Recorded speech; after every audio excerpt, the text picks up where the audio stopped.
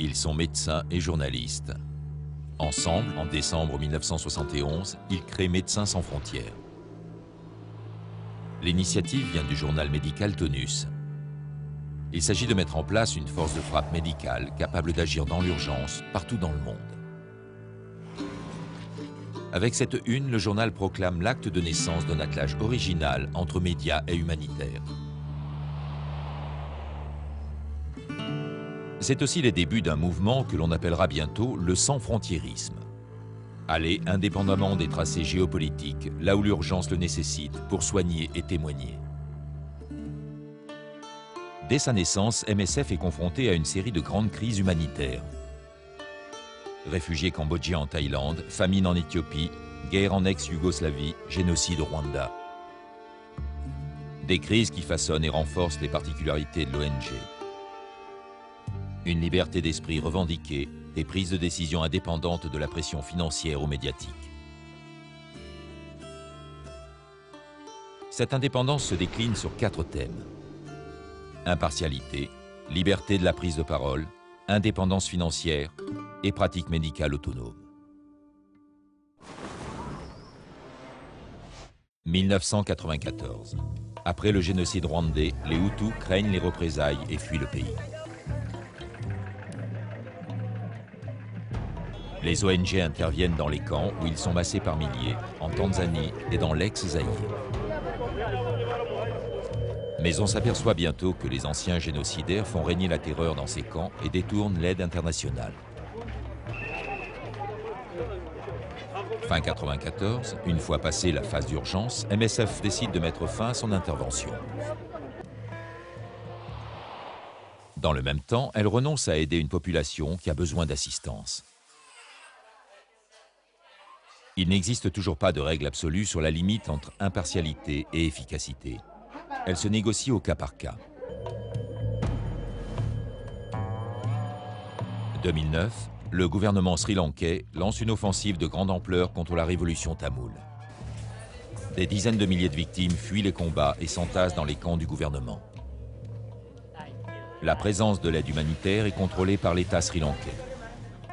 Une situation critique qui divise l'association. L'assistance à population en danger est jugée prioritaire. MSF finit par accepter les conditions politiques.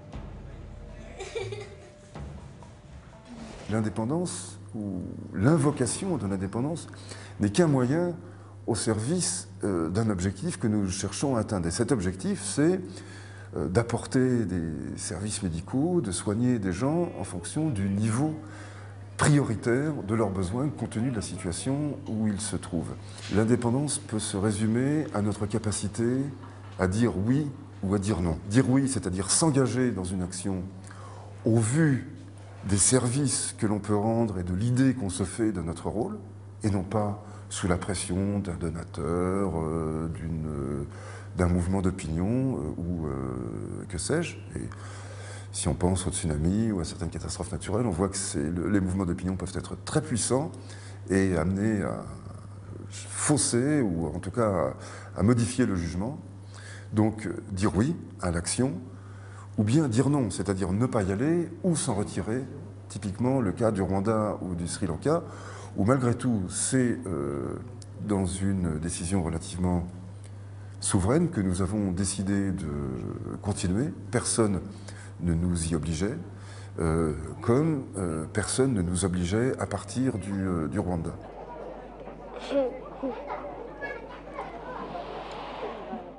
L'indépendance politique se double d'une indépendance dans la prise de parole.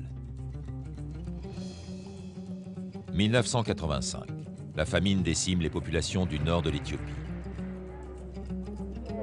Il y a déjà 3 ans que les organisations humanitaires tentent d'alerter l'opinion publique sur l'imminence de la catastrophe, sans succès. Le monde entier a le regard tourné vers ce pays de la Corne de l'Afrique. Et les sommes récoltées par les ONG sont énormes. C'est la naissance d'un charity business dont la force de frappe médiatique est immense. L'intention est bonne, mais sur le terrain, l'aide humanitaire est détournée. Le gouvernement organise un vaste déplacement de population.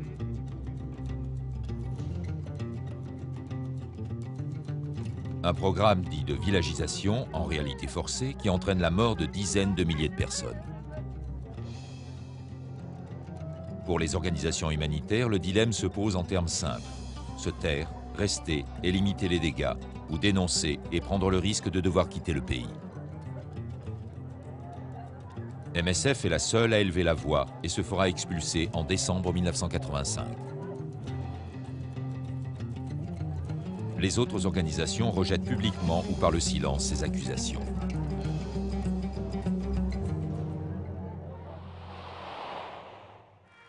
En 1999, MSF s'illustre à nouveau avec son côté grande gueule. L'association reçoit le prix Nobel de la paix. The 1999 Nobel Peace Prize is awarded to Médecins Sans Frontières. À Oslo, lors de la cérémonie, elle choisit de prononcer un discours tout sauf complaisant. The people of Chechnya. Aujourd'hui, depuis plus de 3 mois, les populations tchétchènes, et plus particulièrement celles de Grozny, sont bombardées sans aucune distinction par l'armée russe.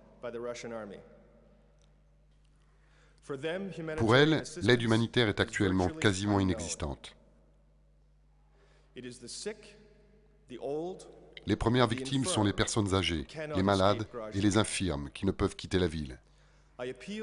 J'appelle donc solennellement aujourd'hui son Excellence l'ambassadeur de Russie et par son intermédiaire le président Yeltsin à cesser les bombardements de civils sans défense en Tchétchénie.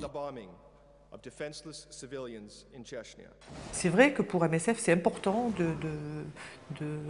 de décrire, de parler, de raconter ce qui arrive aux populations auprès desquelles on intervient.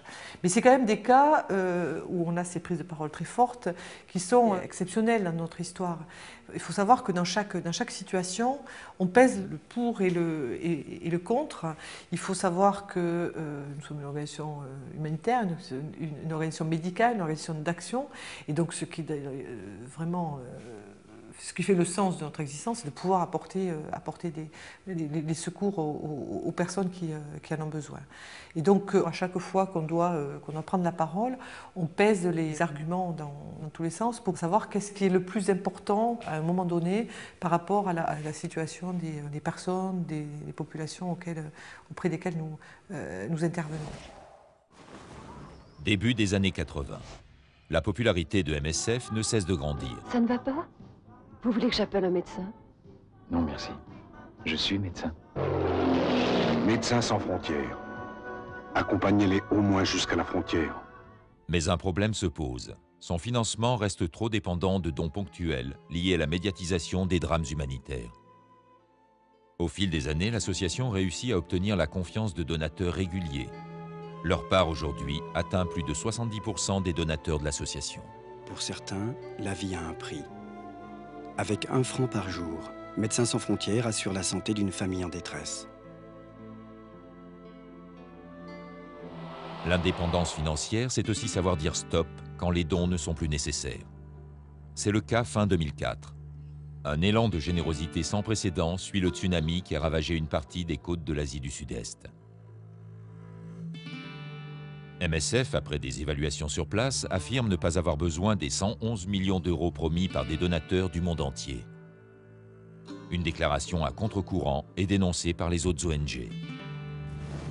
MSF ne dépensera effectivement que 24,5 millions d'euros en Indonésie et au Sri Lanka. Le reste sera réaffecté sur d'autres opérations. 2010. Des inondations ravagent une bonne partie du Pakistan. Elles font 1500 victimes et affectent environ 20 millions de personnes. Tous les besoins non alimentaires sont très importants parce qu'il y a eu de l'eau parfois jusqu'au premier étage des maisons et l'eau en se retirant a pour la plupart du temps emmené toutes les affaires domestiques. Un drame humanitaire qui se trouve étroitement lié aux questions politiques. Certaines zones du pays refusent une aide américaine ou liée aux capitaux américains. Grâce à son indépendance financière, MSF apporte une garantie et accède à certaines régions interdites à d'autres organisations. L'indépendance financière, on peut la décliner sur 2 niveaux différents. Le premier, c'est les donateurs qui nous font confiance de manière régulière, par des prélèvements mensuels. Donc tout ça, ça nous permet d'avoir une certaine somme de côté qui nous permet de réaliser nos interventions d'urgence sans avoir à dépendre des agendas médiatiques. Et le deuxième élément, justement, c'est la faible part des financements qui proviennent des bailleurs de fonds gouvernementaux ou onusiens dans nos financements généraux, qui nous permet d'intervenir sur des situations, principalement des situations de conflit, en pouvant afficher l'absence de lien complet avec n'importe quel gouvernement que ce soit.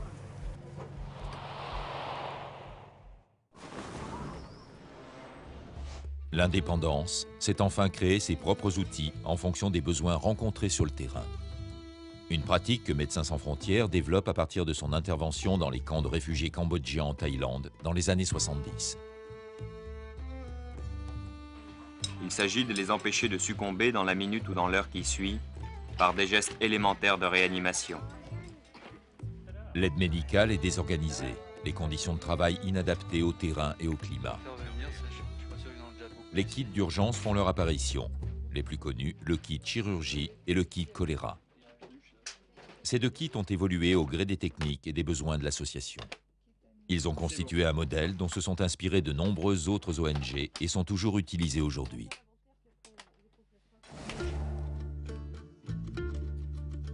Depuis les camps de réfugiés cambodgiens, le monde a changé et de nouveaux défis se sont posés aux équipes, plus seulement en termes logistiques. VIH-Sida, malaria, méningite, tuberculose, les médecins n'acceptent plus que leurs malades soient négligés par la recherche pharmaceutique.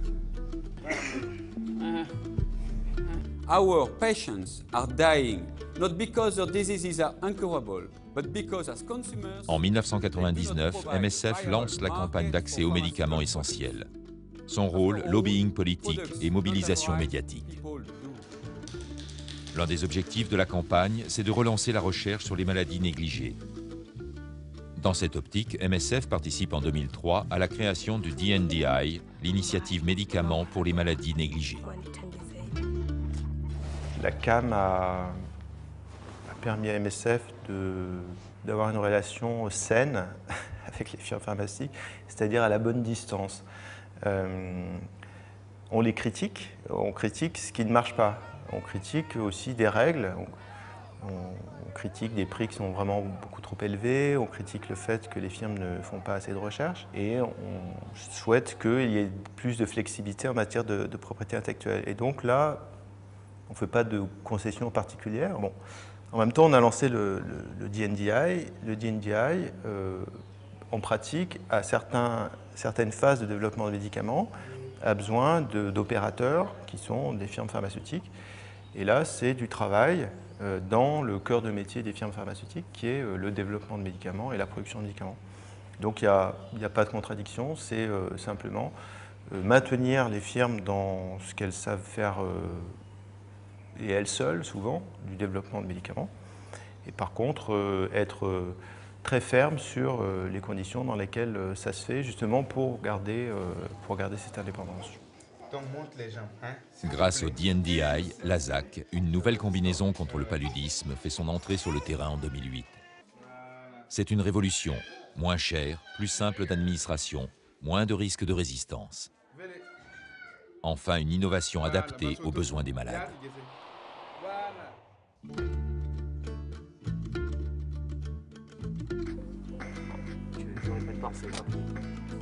En 2010, les Médecins sans frontières ont pris en charge 7 millions de patients.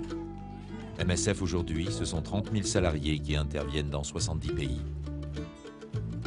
Grâce à près de 4 millions de donateurs, elle dispose d'un budget de 615 millions d'euros.